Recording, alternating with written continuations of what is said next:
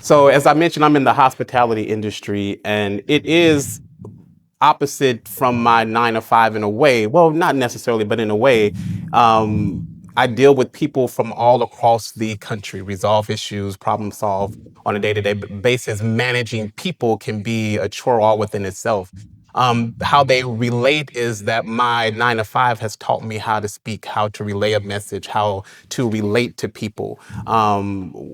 Especially people that you may not have something initially in common, but it allows you to connect to their human experience because everybody wants a good experience and everybody's looking to be treated well. So that's kind of how it has kind of weaved into my poetry, into my response, but to also being a business owner, making wise decisions in how you speak to somebody. If there is a something that is wrong, being able to communicate to that person as and to make it better in a way that that person will not only come back, but also spread the word about who you are and what type of business that you operate.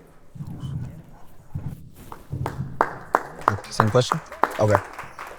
So 9 to 5 and my side hustle, similar in ways where I get to be a mentor in all different areas. And so, which is just me being me naturally. But what's really interesting, like if you want to say difference, is one thing like in workforce development, especially in Missouri, they're focusing on, if you want to say the big five, that's construction, healthcare, IT, manufacturing, or transportation. Hold on. I was going too fast. Construction, healthcare, manufacturing, transportation, yeah, and IT, information technology. And a lot of the young people that I encountered, especially, coming, meeting them brand new and saying and with asking them, okay, what do you like to do? What do you want to do? We get a lot of people, well, I want to do this, but I'm really an artist, or I want to do this and I'm this. And one of the things that I like to talk to with my young people in job readiness training is just like, you guys, we are in a time in life where you can literally be anything that you want to be, like, and not cliche, and so letting them know. So when I meet the young creatives and said I want to be an artist, I tell them, do you know that you can be an artist? And I get to connect them to different resources. And so I'm really excited just because, like I said, workforce doesn't necessarily, they don't want to push the creatives because, like I said, I mean, I grew up, my mom told me I wanted to be a singer. Mom was like, find your backup plan, and so that's why I studied architecture. And it's really interesting because I'm not even working in architecture right now, and but I found my passion too. And so I'm able to encourage those who might have gotten this is a dead end career. You want to be an artist, being a musician, being an engineer, a dead end career. Find you something else, where it's like, no, you can actually go into both. And so, yeah, I love that I get to blend the two together. You don't know how to talk to people, if you don't know how to communicate your feelings, that's a problem. So, in the area of speech language pathology, that's the main ingredient. It's all about communication. Be that a kid that can't say the R sound correctly, or maybe a child or an adolescent that stutters. Various areas of language is all about communicating and trying to better that. So I found that, as an SLP, for over 40 years, that's what the main thing is. And not only that, working with people, principals, teachers, parents, just co-workers. You got to know how to ask questions, answer questions, communicate how you feel. It means everything. There's so many times that what happens, if you don't have good communication skills, you get looked over. You get used. You get discarded. So that's very important. And what I've learned is not only is that important from the 9 to 5 and the 5 to 9 as a jazz singer, if when I'm up there and I'm singing and I'm not communicating, because really whatever song I'm singing, and I'm telling a story, I'm the storyteller. So if you don't feel my emotion, and if I'm not like in there where I mean what I'm saying, or I'm feeling what I'm expressing to you, again, communicating, then I fail, right? Yeah. I mean, you could be the best singer in the world, but if you don't have any feeling, think about James Brown. I know you all are too young. But James Brown was not that great of a singer, but he was a wonderful communicator. What? He would go, And you felt what he was doing, right? Am I right? And then I'll say this, Joe Cocker, when he did You Are So Beautiful, that man can't sing a lick. But when he hit that last note, you are so beautiful, oh man. You knew he was giving it all he had. So the whole thing here is communication is the key. I don't care what you do, you have to have good communication skills. And I found that in both professions, that is the key. Thank you all for sharing a little bit about your different industries. So we're going to kind of dive into the education and experiences that you guys have had along your path. I'm going to start with you, Kim, Okay. as a pathologist. What education or training helped you enter into your career? Well, I'm one of these kinds. I went to college because my parents said I had to go. So they never got a chance to go, so I had no option. You're going to college, 5 years old, all my life. I go to college, I'm horrible in math. So now I've got to declare a major. I'm a sophomore. So I go to a room of people. What can I major in that doesn't have a lot of math? And somebody says speech pathology. And I say, okay. So I go to the department, I find out the prereqs, that first semester I had 4 Ds because I was like, what the heck am I in? But then I got into it and I went on and got my bachelor's degree in speech pathology, went later and got my master's in speech path, taught for St. Louis Public Schools for 40 years. Went back about a year and a half ago because I really enjoy it. That's something that one of the best things, I know God had to have something to do with that because I didn't even know what it was. And I always had a job, they always have a need. It's a wonderful field to children. If you ever want to go into something, it's a wonderful field. Now, the jazz part of it, my father worked at General Motors, but he was a part-time musician, a part-time DJ. Every night he would stack 9 albums of jazz on the record player. My sister and I hated it, but we would hear Nancy Wilson, Coltrane. I mean, you name it, we were hearing it, and I hated it. But as I got older, in my 20s, I had to do a jazz gig, and it was one of the best things that I had ever done because I had heard, I was exposed, and I guess I was sucking it in, but I didn't know. And so, for me, that was the best education that could ever be had. So now I teach jazz voice at SIUE. Um, it's just a wonderful thing. So I say, learn how to read music if you go into music. Learn how to take a business music class. Uh, Listen. Your ear can never get too much of different genres. Educate yourself, spread yourself out so that you'll know what's out there and you'll be equipped.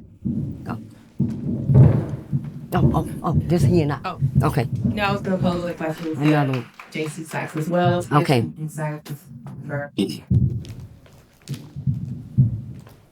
Look, can you read the questions again? Yeah. What education or training has helped you enter into your 9 to 5? Okay, what education or training helped me to enter into my 9 to 5 and career? Splinters, lots of splinters, lots and lots of splinters. Practice, hands-on practice, lots and lots of hands-on practice, lots and lots of questions. The same question 20 to 30 times sometimes, but still ask that question. And so in my career, as in my industry of construction, the best teacher for me has been hands-on. I'm a physical learner, like most women are. And when you are in a male-dominated industry as a woman, you have to do this not just 10 times better, probably 1,000 in today's world, let me tell you. And it's an unfortunate divide there between men and women in the construction industry because, we women, we not supposed to be doing that, right? Well, I'm one of them people who was like, considered like, I'm like a soul rebel. And don't tell me what it is I can't do because I'm interested in it. It makes me more interested in why. So the physical part of it, I went into the union. I learned immediately. and I mean immediately, that the union was not for me. Especially a black woman, it wasn't. And after I told them what I needed to tell them before I left, Black creating Black Girls Build Inc. was kind of a spinoff of that. And so during all of my time of being in construction, I'm always working with my husband on the side. My husband's a master carpenter. So any question I had, or if it was any technique I needed to perfect or craft, he would work with me. Yes, he was. I frustrated him. Yeah, yeah. It was. Yeah. Over the years, we talking about husband and wife working together, and him telling me something and me like, "No, that ain't right." Back and forth. So this is how I have learned, watching YouTube videos as well. I like to tell people, look here, you do not have to go to college to learn a construction trade. You do not. All you got to do is find somebody like, myself in my business and say, hey, can you show me how to do some of that? And you'd be surprised at how many people take this and save hundreds of thousands of dollars by DIY. Do it yourself.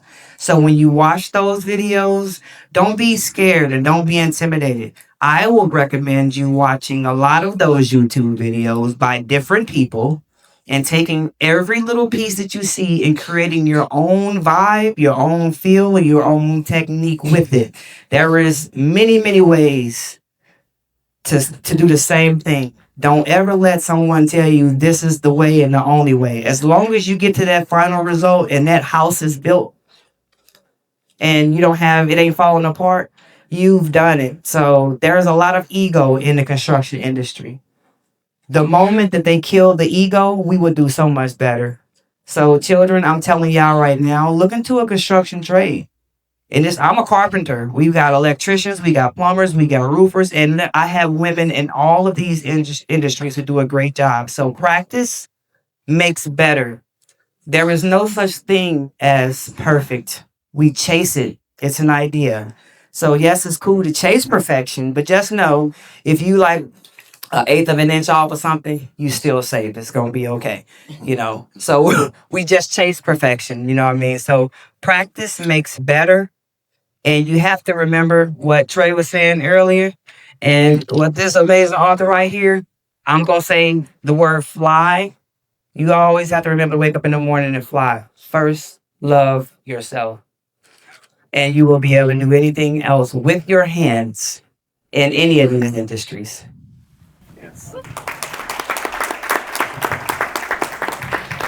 Thank you so much, sir. So on the flip side of that, with the side hustles, I'm gonna pose a similar question to you, Trey. What education or training or self learning have you done on your journey to assist with your side hustle? That's a good question. I'll pose it back to this. I was taught by life and taught by setbacks, taught by trial and error. There was times where I felt like I wanted to give up. It was times where I didn't know where I had direction on where I was going.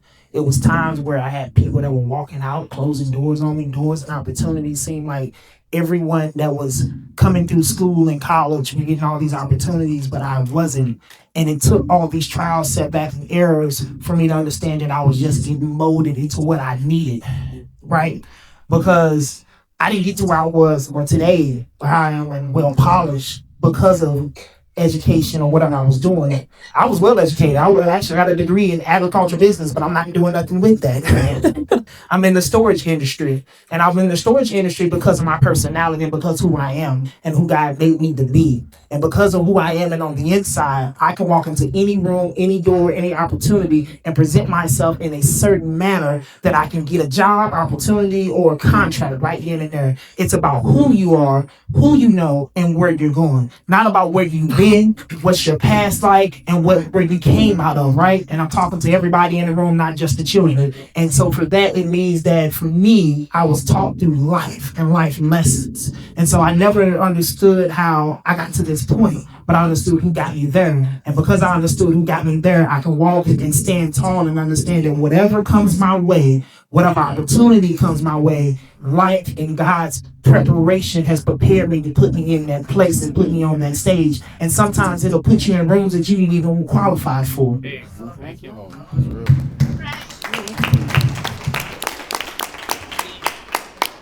And for our last question, while we're talking about our experiences of our past and future, I'm going to pose this to Jeremy and Alan.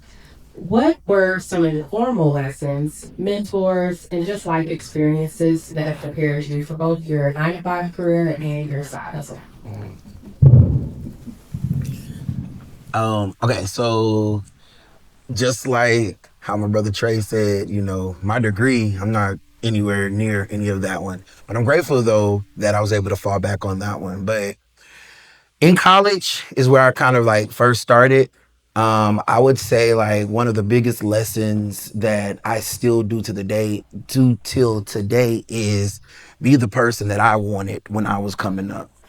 And so like, and just meaning that said is just like, I became the mentor that I was looking for when I was in college, but then also too, I guess another lesson is just like, don't be afraid of the journey, because, and this is the reason why I even started my business now working with independent artists, is because when I was in college and I graduated and I had this dream to make this album and make this music, I signed a deal. Not knowing that 20 years later, I would look back and, thank goodness I had my BMI and certain things I was set up. But I looked back and I saw that all my rights was gone. So the music that I wrote, the lyrics that I wrote on BMI said somebody else wrote them, And then so now I'm doing the research and I'm trying to figure out like, hey, what's going on? And I reached the person, and they was like, oh yeah, let me get back to you. Never heard anything back. And so from then and forward, I was like, okay, I want to support these young artists because, hey, and I'm encouraging them, hey, it's about ownership, and so, and when you can learn it yourself, you don't have to sign a deal and give up a lot, because we already know how crazy the entertainment and a lot of these industries can be. And I'm talking about the dark side of it, where you give so much for $150,000 360 deal, and you literally give up everything. And so that was a huge lesson, that I learned. And so, so now that I'm teaching them, hey, this is how you get your copyright. This is how you get your LLC. This is how you get your EIN. Do not pay nobody $150 to get you an EIN when you can get it for free. So certainly, and once again, these are lessons that I learned, mistakes that I made, that I'm able to help somebody else not make those same mistakes. And so, so that's a little brief of that. Yeah. I made that same mistake. I paid that $150 and then I realized, as somebody who researches every single thing, then I got to the point where I could have did that for free. And then you feel scammed, and it takes you on a whole different roller coaster. But I come from a different perspective in a sense that I'm not degreed. After more than 20 years going back to school and enrolled in school, but coming from somebody that was not degreed, what I had on my side was good work ethic. And I knew that if I was going to be in an industry, I started off at the Chase Park Plaza many, many moons ago, and I knew if I wanted to rise up, I had to be better than the people who were degreed around me. So then I learned night audit, and then I learned bellman, and then I learned valet, and then I learned room service. And so when I got promoted over these people who were degreed, it was my work ethic that stood out. When we moved to Savannah and I got my first GM job, I was one of those people who did not have the background, but because I had great work ethic, I am horrible at math, but you can ask me anything about accounting. When I stood on those P&L meetings, I could account for every single dollar in this multi-million-dollar business that I was supposed to account for, to the point where the ownership would say, my God, it's like you can account for that $5. If it's $5 that's supposed to be spent and allocated to a certain space, I can explain it. Because I did not have the education, I said to myself, if you don't have the education, you better know everything that you're supposed to know. And so that has helped me to grow My oldest daughter is sitting here and she looks at me every time somebody says you don't have to go to college. She makes eye contact with me because I say, you ain't got no choice. You going to college. And I only pressure my children, and we discuss work ethic too, but I only pressure them when it comes to school because after 20 years, I went back to school and trying to juggle the 9 to 5, the 5 to 9, the side hustle, and the plethora of things that I do on a day-to-day basis to have three. I made the mistake and I took 3 accelerated classes. And my goal in that was that, Jeremy, you've always been a good student, but you've never had straight A's. I said, I'm gonna walk into this thing and I'm gonna get straight A's. And that's that work ethic, you know? And so being in management, being able to sit at my desk and write a paper was a blessing. Being able to sit at my desk and work out those problems, and being able to have 2 accounting classes and ace them because of my work ethic and because what I learned in this industry. So absolutely, yes, education is good, but also work ethic and meaning what you say, doing what you say, and having some integrity goes a long way too. Yes.